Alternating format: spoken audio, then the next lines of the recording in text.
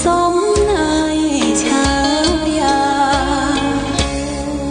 ก่อนเป็นวัดร้างโบราณสืบสาน2524พระมหาราชครูเกษราปัญญาปรมาติกาจารย์จากวัดดับภัยเชียงใหม่สืบสานเวลาผ่าน131 ปีนานไกลวัดพระบาทอุดมรุ่งเรืองงามตาเจ้าน้อยบุญธาวงศาข้าหลวงปวงเชียงใหม่ปกครองหัวเมืองฟ้าทุ่มเทแรงกายแรงใจทุกชาติพันธุ์รวมใจรักษา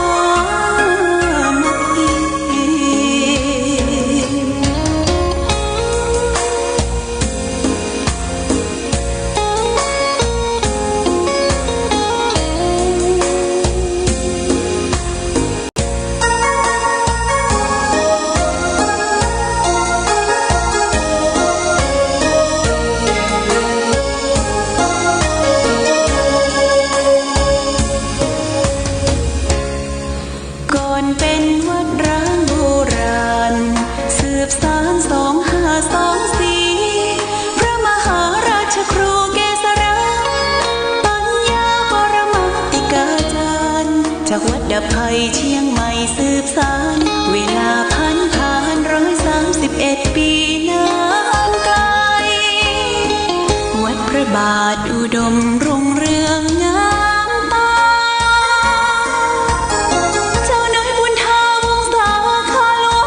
เชียงใหม่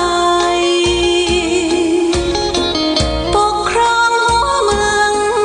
ฟ้าทุ่มเทแรงกายแรงใจทุกชาติพันธุ์รวมใจรักษามัคคี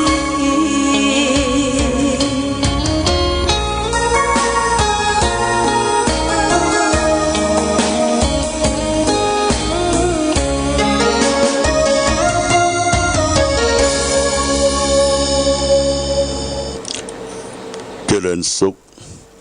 ศรัทธาสาธุชนญาติโยมท่านพุทธบริษัท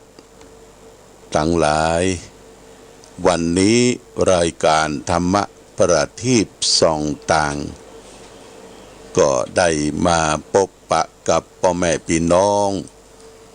ศรัทธาสาธุชนญาติโยมแห่งครั้งหนึ่ง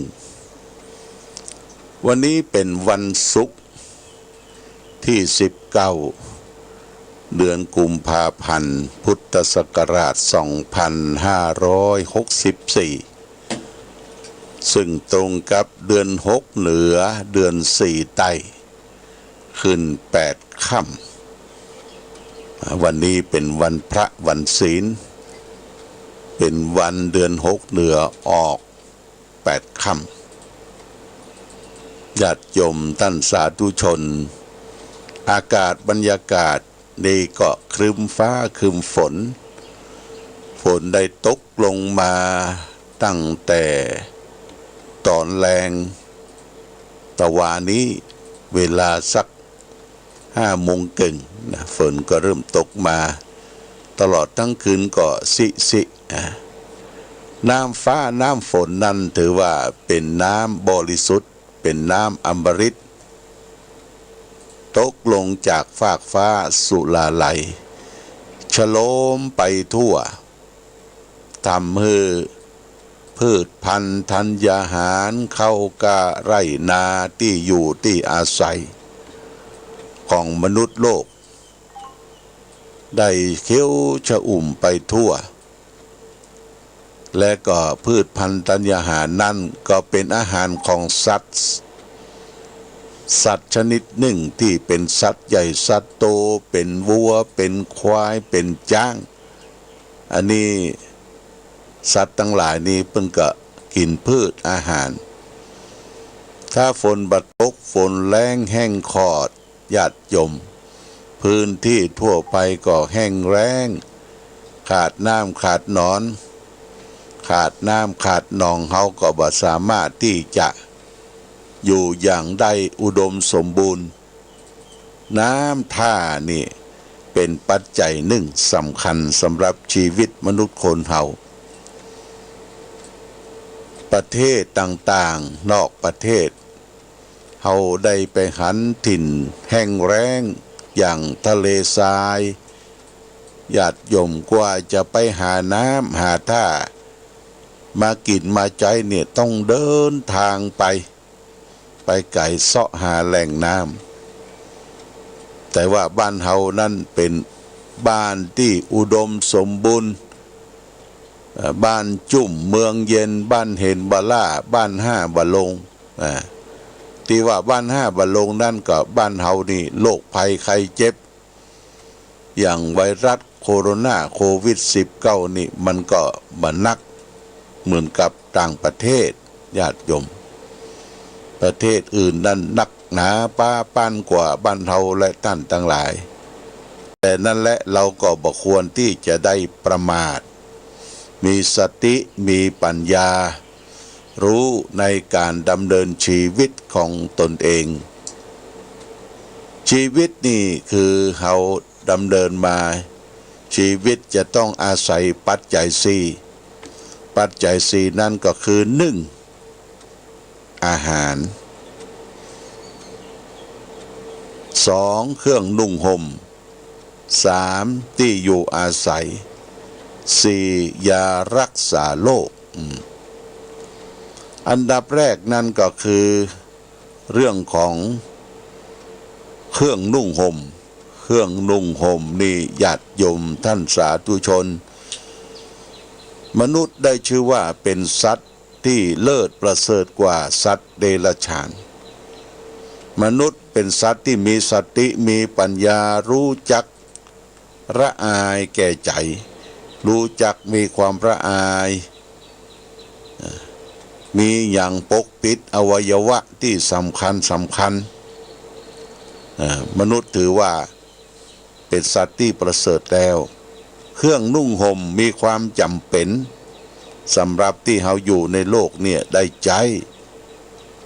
อย่างผ้านุ่งผ้าห่ม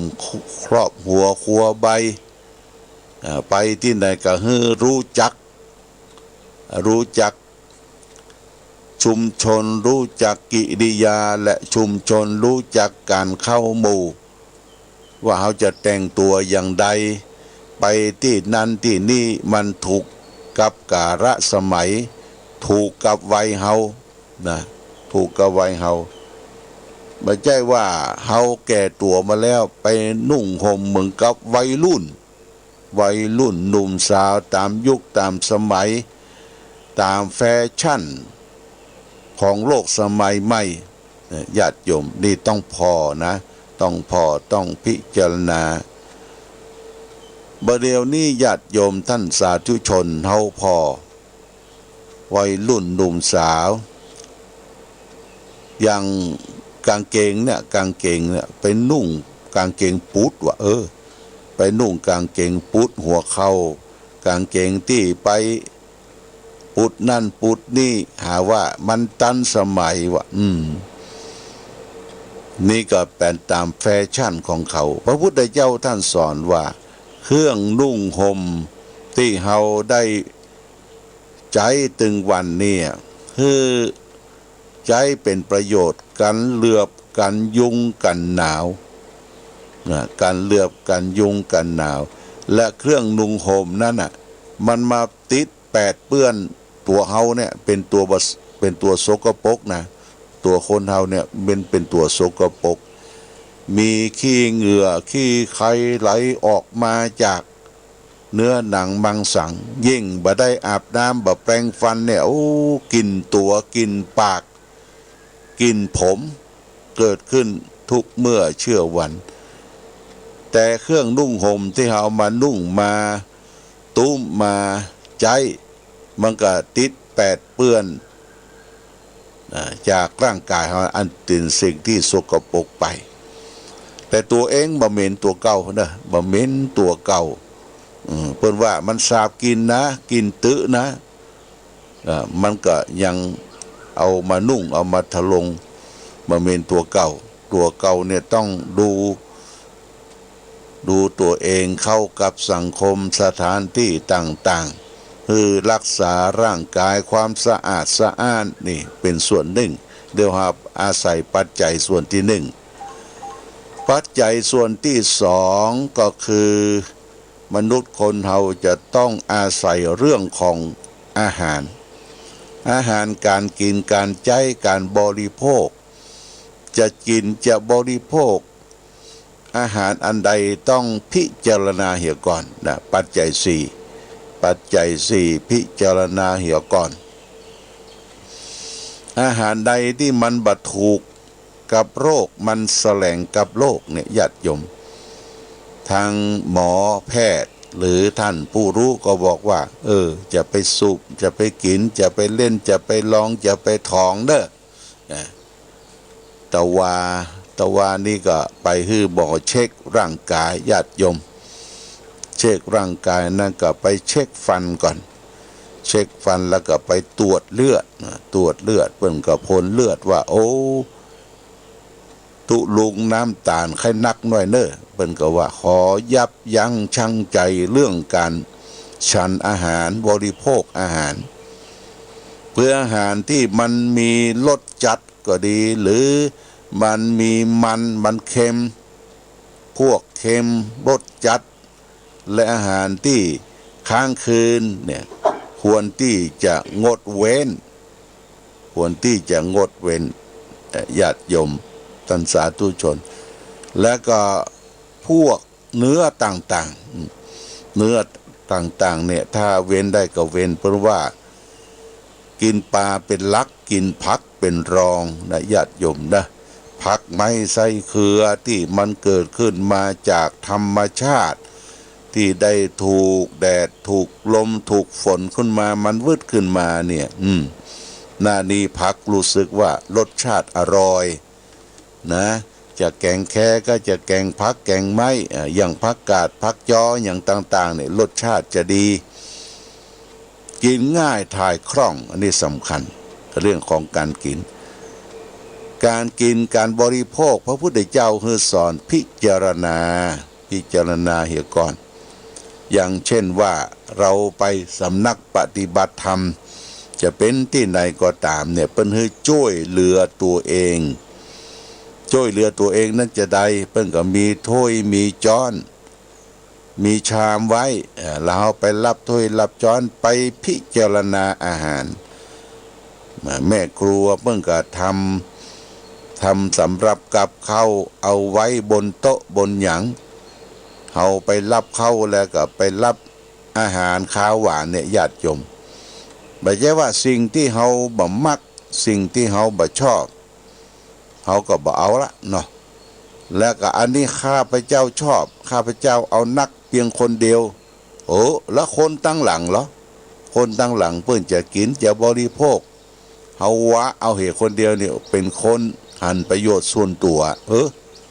ประโยชน์ส่วนตัวเนี่ยเพิ่นว่าเป็นคนบ่ค่อยสะอาดอสุจีมนุษามนุษย์ผู้เห็นประโยชน์ส่วนตนเป็นคนไม่สะอาดนี่ญาติโยมครูบาอาจารย์แต่ก่อนนี่เปิ้นเป็นครูบาอาจารย์เป็นเจ้าอาวาส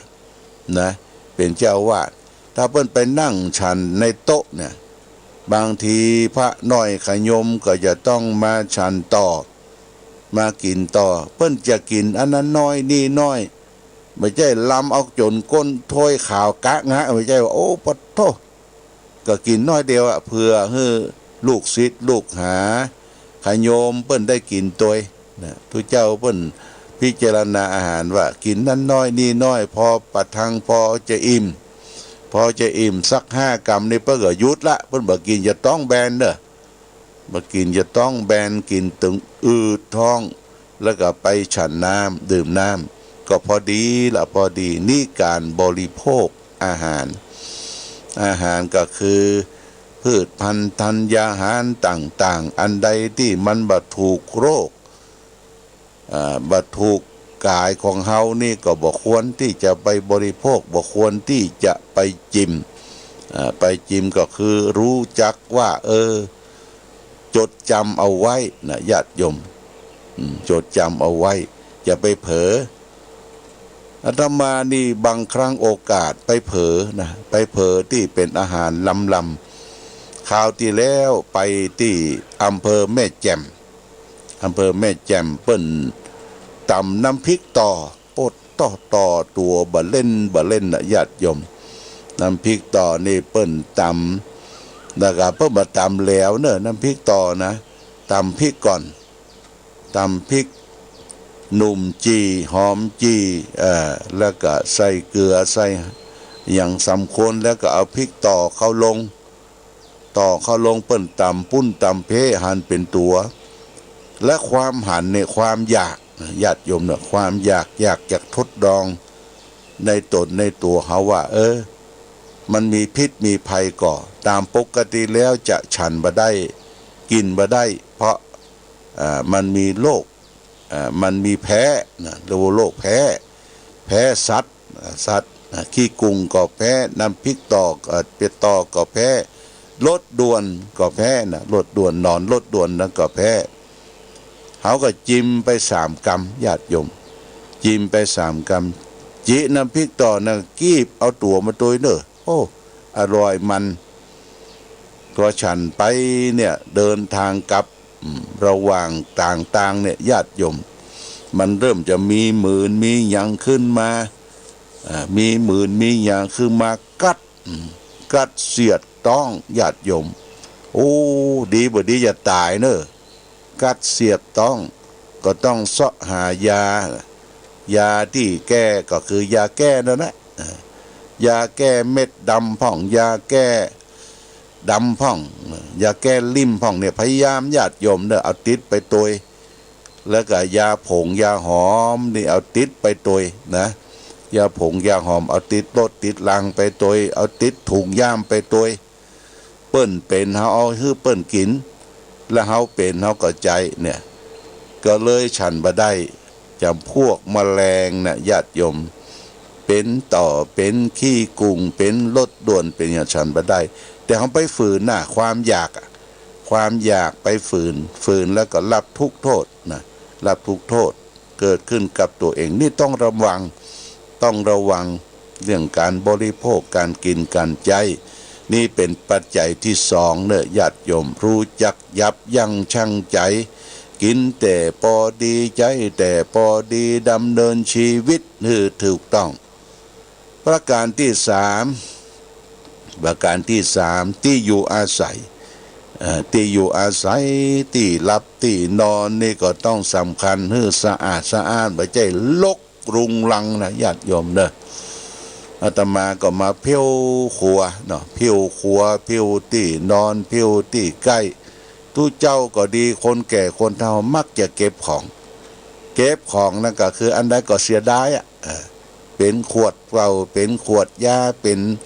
สเปรย์นั่นสเปรย์นี่เก็บทึบญาติโยมมันคือเกิดอุกลกตามภาษาไทยว่ารก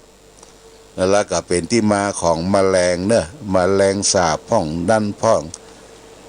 แมลงอย่างก็ไปอาศัยอยู่ต้องให้มีความสะอาดและที่นอนเขาก็ต้องมันพอหมอนเป็นขี้ไข่ก็เอาไปซักเอาไปดึงเอาไปตากก็ผ้าตุ้มผ้านุ่งผ้าห่มผ้าต้วบเนี่ยเกยตากก่อเนี่ยญาติโยมนะต้องให้มารับแสงแดดอย่าไปคิดว่าภัยบัจจัยของเขาเนี่ยตัวเก่าเนี่ยเปิ้นเหม็นสาบนะเหม็นสาบกินตื้อตัวเก่าเนี่ยไปนั่งกับเปิ้นไปย่ายงามเปิ้นเนี่ยเปิ้นบิดหน้าหนีนะรังเกียจเดียดฉานเดียดงอ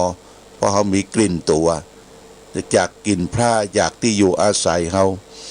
ที่อยู่อาศัยนี่คือรับลมญาติโยมนะที่อยู่อาศัยบ่ต้องจำเป็นจะต้องไปสร้างตึกรามบ้านช่องใหญ่โตโอฬารอวดโชว์คนอื่นเสี่ยงจะเป็นหลายล้านญาติโยมสร้างแต่พอเหมาะพอดี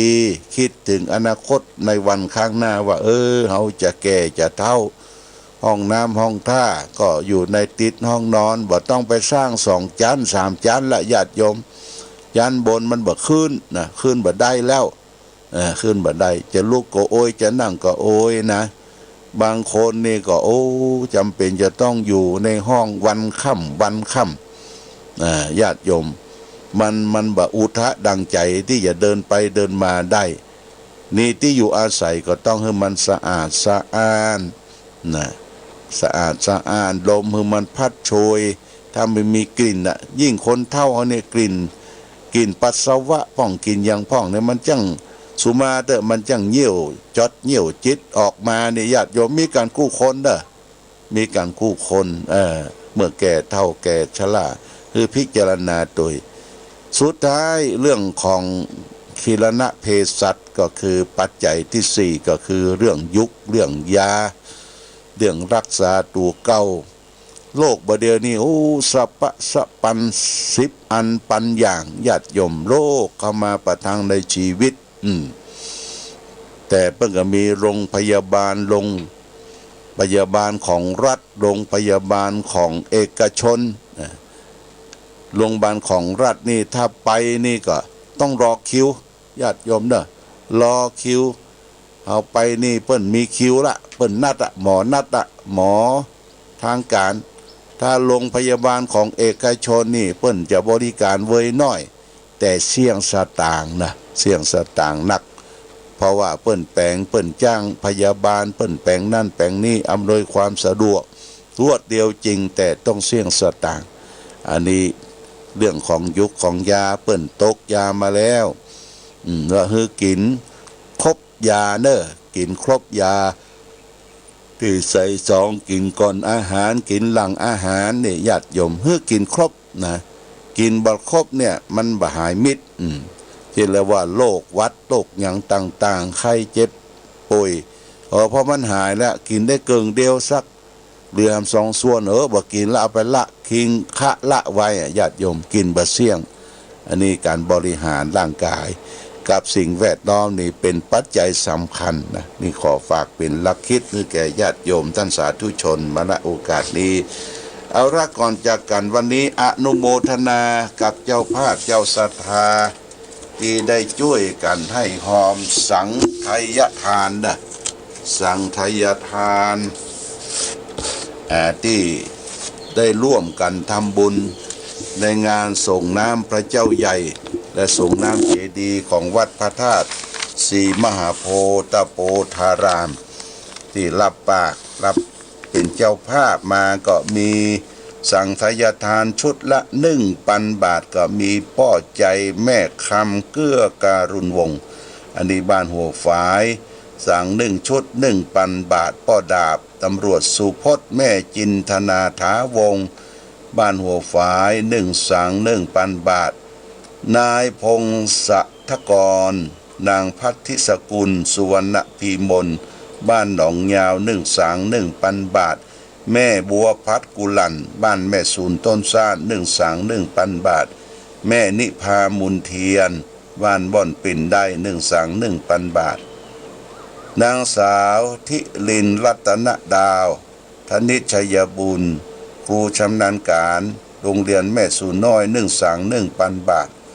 คุณวัฒนาพรกิติคูณเจ๊แดงหลังโลตัสฝางสั่ง 1,000 บาทปอน้อยเกษมแม่จันทร์ทรงวงเคลื่อนบ้านบ่อนปิ่นใต้สั่ง 1,000 บาทนายสิงห์คำสิทธินางนิตยานางติจยาเสาหินสั่ง 1,000 บาทแม่ขันแก้วปานหมอกบ้านหนองห้งสั่ง 1,000 บาทและก็นางสาวนัชกมลแช่กุยบ้านหัวฝายสั่ง 1,000 บาทแม่จันตาชัยวงศ์ส่วนดอกฝางสั่ง 1,000 บาทอนุโมทนาสาธุสำหรับที่ช่วยมาตั้งอาหารภัตตาหารเพลเป็นโต๊ะนั่นก็มีหลวงพ่อพระครูสุจิตานุรักษ์นี่ก็2 โต๊ะ 2,000 บาทท่านพระสมุนรงค์ศักดิ์ทิตะโสพโนตุเจ้าน้อยวัดศรีดอนใจ15 โต๊ะ 1,500 บาทแม่ขันแก้วปันหมอกพร้อมบุตรบ้านหนองห้ง1 โต๊ะ 1,000 บาทขออนุโมทนาสาธุมาณโอกาสนี้